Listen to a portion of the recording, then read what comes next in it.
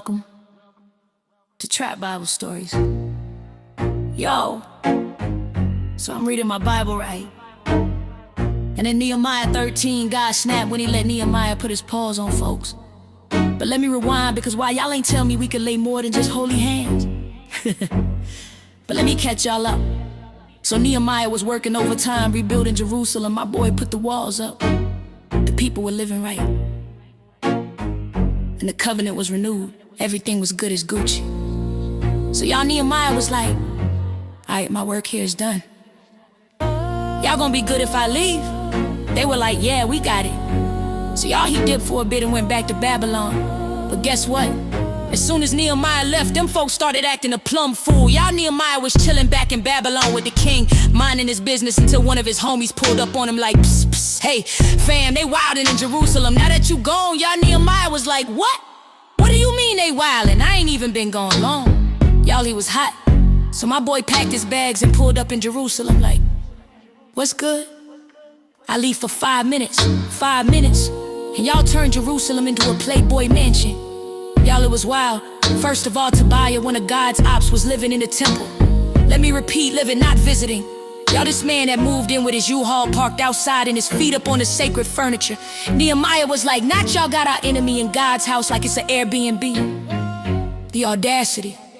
So y'all, Nehemiah did what any logical person would do. In 2026, he grabbed Tobiah's stuff and tossed it out. I'm talking Uncle Phil throwing Jazz Jeff levels of tossing. Y'all, furniture, bags, plates, all of it, by Felicia. And the Levites, who were the temple workers, had quit because nobody was paying their tithes anymore. Y'all, they was so broke, they had to get side hustles working in the fields just to eat. Nehemiah was like, and not y'all letting the church staff starve? What the faith? Is y'all cool? Oh, and y'all, it gets worse. Some of the Israelites had gone and married foreign women, even though God specifically said don't marry them.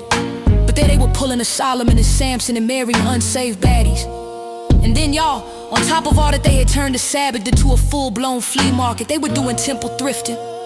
Y'all, it was vendors everywhere selling FUBU, Carl Kanai, and Ralph Lauren. People were buying and selling like it was Black Friday. So y'all, Nehemiah was like, not y'all running Amazon Prime Day on God's day.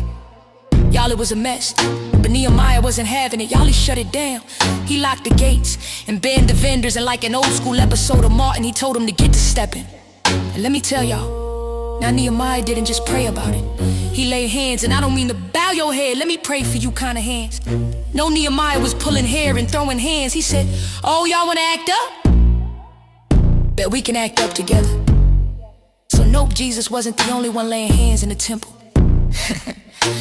Pause, y'all, they kinda deserved it.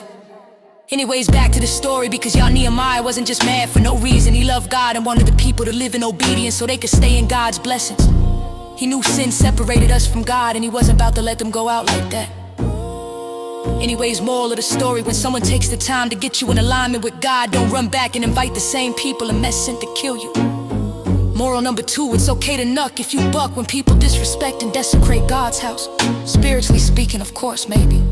Moral number 3, sometimes God calls you to clean house, not just in the temple, but in your own life. So stop letting your Tobiah camp out where God belongs. Anyways, now go read it for yourself. Nehemiah 13, I want to know what y'all learned. This is Trap Bible Stories.